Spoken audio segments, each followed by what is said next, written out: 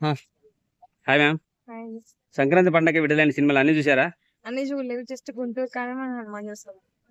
ఒక రెండిట్లో ఏది బాగా అనిపించింది? హనుమాన్ అండి. హనుమాన్. గుంటూరు కారం నచ్చలేదా?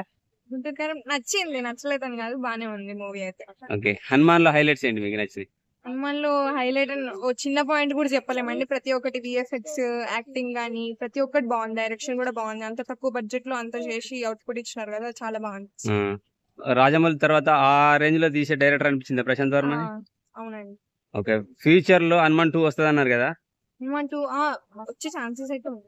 పార్ట్ 2 సీక్వెల్ ఉంది. దాంట్లో చిరంజీవి గారి పాత్ర ఏమైనా ఉంటే అవకాశం ఉండదు అనుకుంటున్నారా?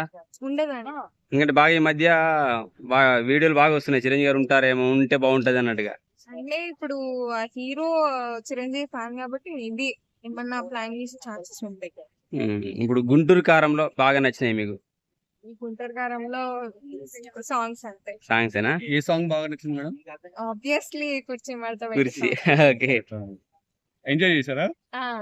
సీట్ లో కూర్చోలేదు ఆ సాంగ్ వచ్చినప్పుడు ఎవరు కూడా. ఆ, శ్రీలీల మహేష్ బాబు డాన్స్ ఎలా అనిపించింది కంపారిజన్?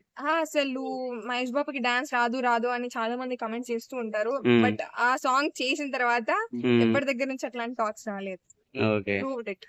ఓకే, ఈ రెండిట్లో బాగా మీకు నెంబర్ 1 అంటే ఏం చెప్తారు? హనుమాన్ అని హనుమాన్ అని చెప్తారా? ఓకే, జై హనుమాన్. ఇదే. థ్యాంక్